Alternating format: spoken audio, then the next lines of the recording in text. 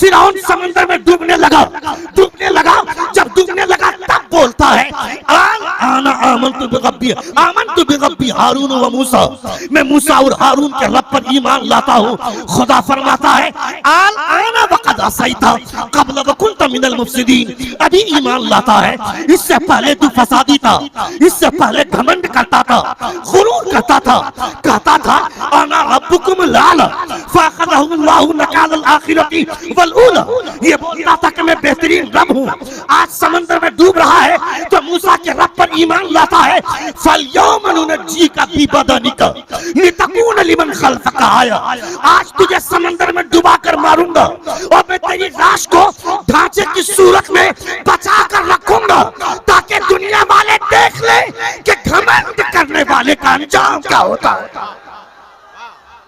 घमंड घमंड करने वाले का अंजाम क्या होता है, गुरूर करने वाले का अंजाम क्या होता है। बहुत ज्यादा गुरूर करने की जरूरत नहीं है। इंसान को कभी कभी अपनी औकात याद करनी चाहिए। जब खुदा तुम्हें औकात याद दिलाता है तो इस अंदाज में खुदा बात करता है, मगर जब हुजूर की निस्बत के हवाले से जब खुदा तुम्हारे स्टेटस को बयान करता है तो खुदा फरमाता है कुंतुम खैर उम्मतिन उखरिजत लिन्नास तअमुरून बिल मारूफी व तनहौना अनिल मुनकर, यू आर द बेस्ट उम्मा, grand Muslim community, you enjoy what is right and forbid what is wrong.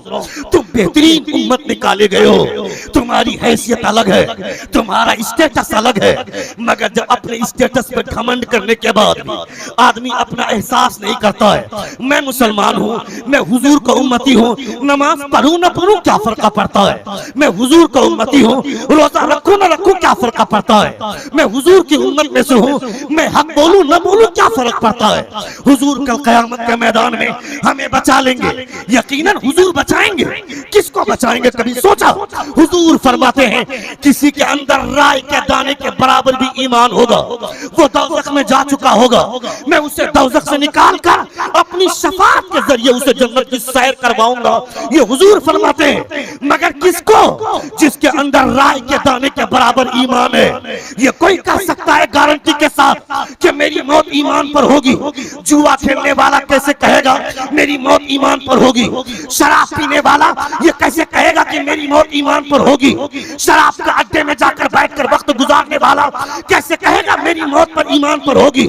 इमाम के पीछे नमाज पढ़ता है, पीछे बाहर निकलता है, उसी इमाम की बुराई करता है चाय की दुकान पर, उसी इमाम की गीबत करता है पान की दुकान पर, ये कह सकता है कि मेरी मौत ईमान पर होगी?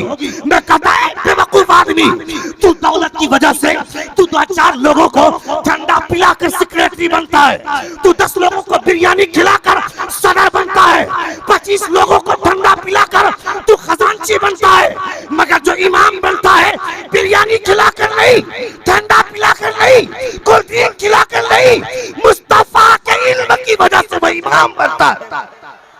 नारे तकबीर, नारे रिसालत, लब्बैक या रसूल अल्लाह कॉन्फ्रेंस, पैगामे मुस्तफा।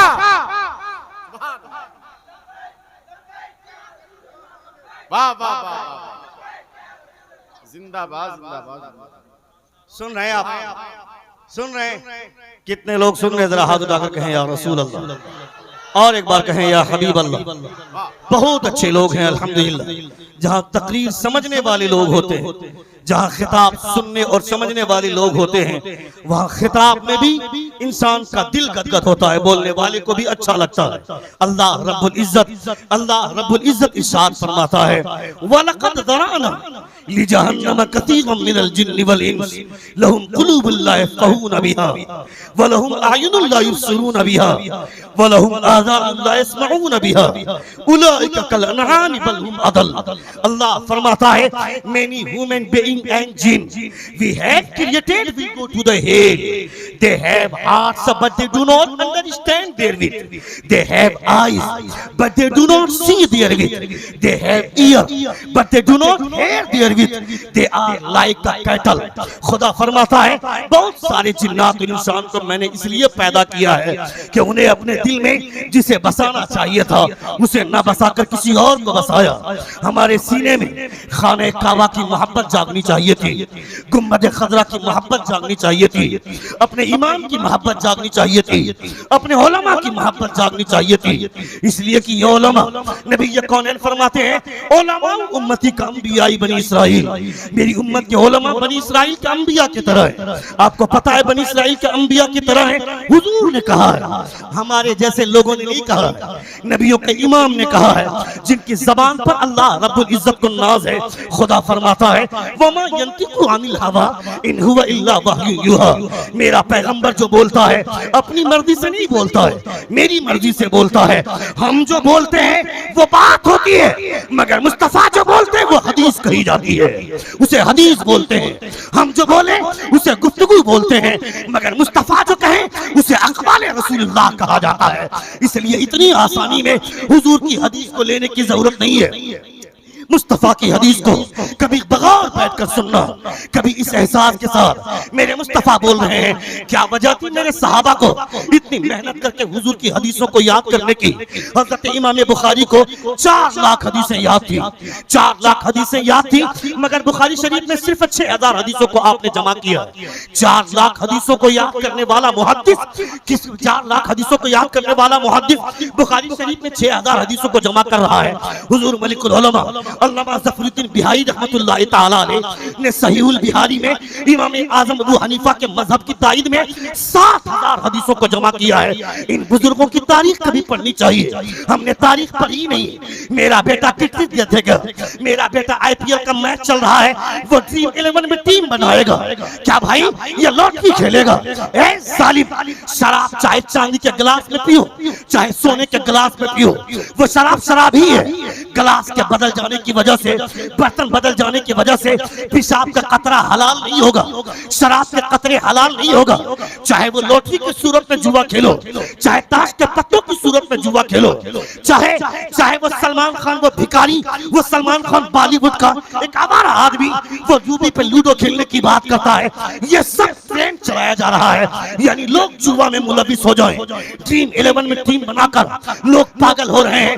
मैं कहता हूं तुमने नहीं देखा ग़ज़वे यरमुक के मौके से 6000 यरमुक के मौके से ईसाइयों का 7000 का काफिला मैदान में 7000 का काफिला मैदान में तैयारी कर रहा है कि मुसलमान सोएंगे, उसकी नींद की हालत में मुसलमानों पर हमला कर देंगे। जब पता चला सिपा सालार को, हजरत खालिद बिन वलीद गए सिपा सालार के पास, कहा मुझे 3000 फौज दीजिए, इन 3000 फौज के जरिए मैं उस पर हमला कर दूंगा। लोगों ने कहा कि ज्यादा पागल मत बनो। खालिद बिन वलीद से कहा कि खुशफहमी में मुब्तला हो रहे हो, 7000 के मुकाबले में 3000 का लश्कर क्या करेगा? सिपा सालार ने कहा 3000 आप बोल रहे हैं, 3000 मेरी तरफ से ले लीजिए।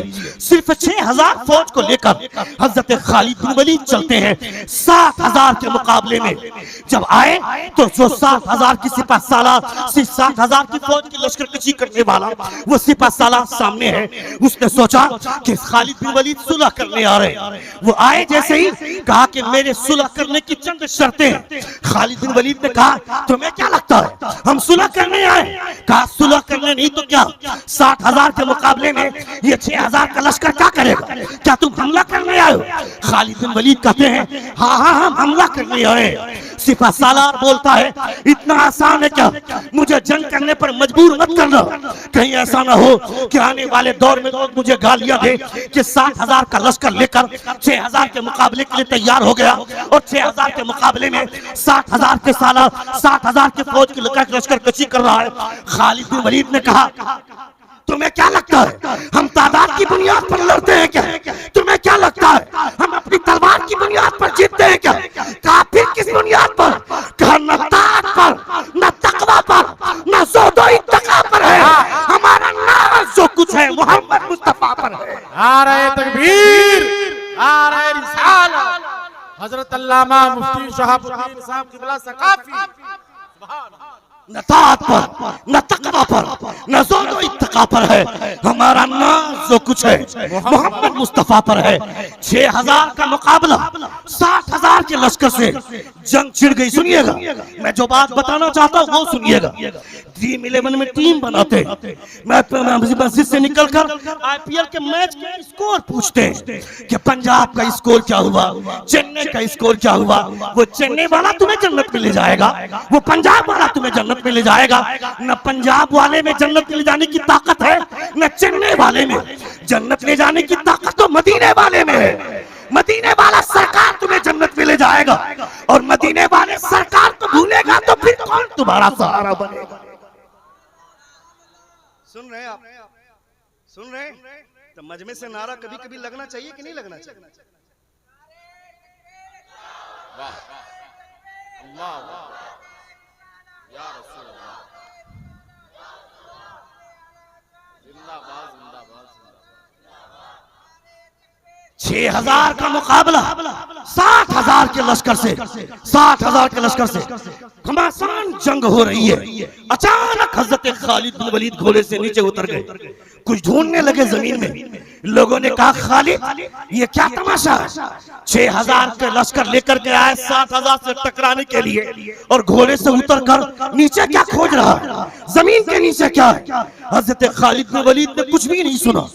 थोड़ी देर के बाद आप घोड़े पर सवार हुए, आपने ऐसा वार किया है कि 6000 के मुकाबले में 60,000। और तमाशे की बात देखिए, उनमें उस गज़वा यरमूक में सिर्फ 5 मुसलमान शहीद हुए, सिर्फ 5। 60,000 के मुकाबले में 6000 का लश्कर है और सिर्फ 5 मुसलमान शहीद हुए। शाम होते होते वो ईसाइयों की फौज भागी, खालिद बिन वलीद को जीत नसीब हुई। खालिद बिन वलीद से लोगों ने पूछा, मामला अब तक नहीं समझ में आया, तुम्हारी हिम्मत का जवाब नहीं। 6000 का लश्कर लेकर के आते हो 60,000 के मुकाबले में, और फिर अचानक घोड़े से नीचे उतर जाते हो, तुम्हें लड़ना चाहिए था। हजरत खालिद बिन वलीद कहते हैं, तुम्हें नहीं मालूम, तुम देखना चाहते हो? कहा देखना चाहता हूं। अपनी पगड़ी खोली, पगड़ी के अंदर एक टोपी है, उस टोपी के अंदर मुस्तफा जान रहमत के मुंह मुबारक है। जोर से बोली।